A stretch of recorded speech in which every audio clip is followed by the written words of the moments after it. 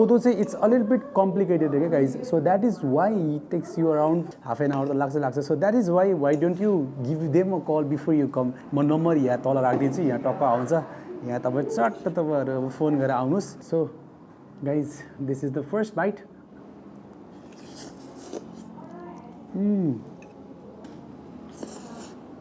यहाँ हल्का यो चाहिँ कस्तो लाग्यो मलाई चाहिँ नि the taste is very good यहाँभित्रको चाहिँ सिक्रेटदेखि non secret everything common secret मसलाहरू सबै मजाले लागेको चाहिँ इक्वली डिस्ट्रिब्युट पनि मजाले चलाएर मैले खाएको र फर्स्ट टाइम कोदाको खाँदाखेरि चाहिँ अलिकति डिफ्रेन्स चाहिँ छ अलिकति होइन अलिक बढी नै difference it is not our daily drive हल्का चाहिँ किन भने चाहिँ तपाईँहरू कति मध्येलाई चाहिँ बानी नभएको भएर चाहिँ अलिकति अक्वर्ड पनि लाग्न सक्छ बिकज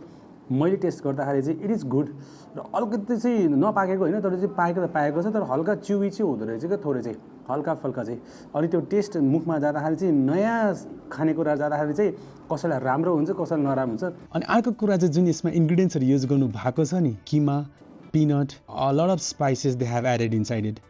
एकदम राम्रोसँग फ्लेभर दिएको छ जुन बफ किमा छ इट इज गुड एउटा दुईवटा हल्का साह्रो भेटाएँ मैले चाहिँ first bite second bite unusual bite हुनसक्छ तपाईँहरूलाई so don't get carried out of that as well as all spices they have added makes that kodo noodle really flavorful. And if I really have to rate this, it would be